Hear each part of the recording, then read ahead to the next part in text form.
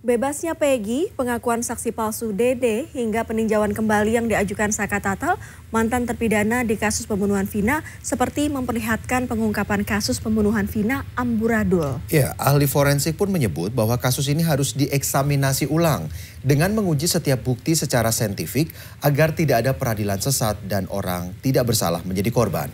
Kita simak laporan khas redaksi berikut ini. Pada 8 tahun silam terus terjadi. Ini terjadi karena sejumlah kejanggalan dalam kasus ini terungkap publik.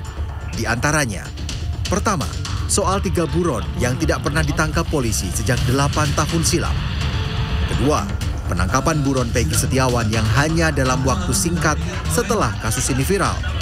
Ketiga, penganuliran 2 buron lain.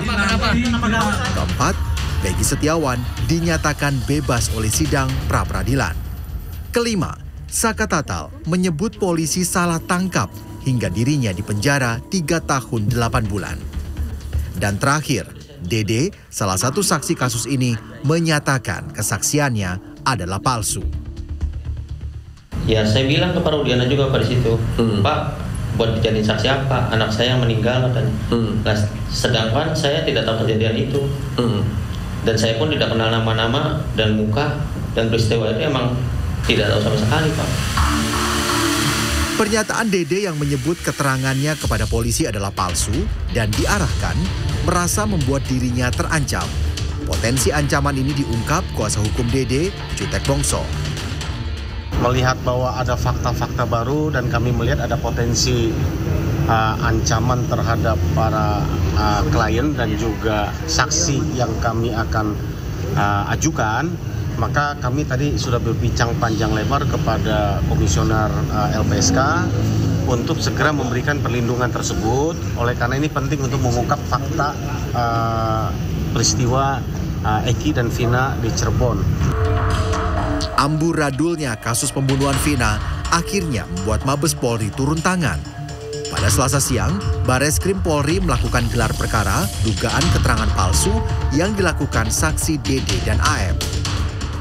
Setelah laporan polisi diterima oleh Direktorat, dalam hal ini Direktorat Tindak Pidana Umum, untuk mengetahui sejauh mana permasalahan ataupun objek yang dilaporkan, kita melaksanakan gelar awal, di mana ini adalah proses dimulainya penyelidikan. Amburadulnya penyelidikan dan penyidikan kasus pembunuhan Vina dan temannya bernama Eki yang merupakan anak anggota polisi Ibtu Rudiana diamini psikolog forensik Reza Indragiri. Pembuktian kasus ini sejak tahun 2016 sangat lemah.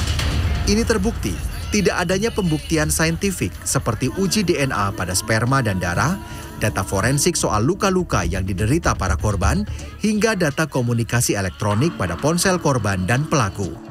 Reza pun menyebut, agar tidak ada peradilan sesat, maka kasus ini harus dieksaminasi ulang. Maka yang paling ideal adalah menurut saya, menarik penanganan kasus ini dari level Polda Jabar ke Mabes Polri, dan diberikan ruang kepada publik, representasi masyarakat untuk ikut mendampingi, membersamai Mabes Polri melakukan eksaminasi ke titik hulu. Mudah-mudahan dengan pendekatan ini akan ditemukan adanya novum yang justru disodorkan oleh pihak kepolisian bagi bergulirnya PK. Ini merupakan cara yang paling indah, cara yang paling ideal yang menghindarkan semua pihak dari kesan dipermalukan sekiranya putusan PK nantinya adalah membalik status para terpidana menjadi manusia merdeka. Sidang peninjauan kembali yang diajukan Saka Tatal, mantan terpidana kasus pembunuhan Vina, mulai digelar Pengadilan Negeri Cirebon pada Rabu 24 Juli 2024.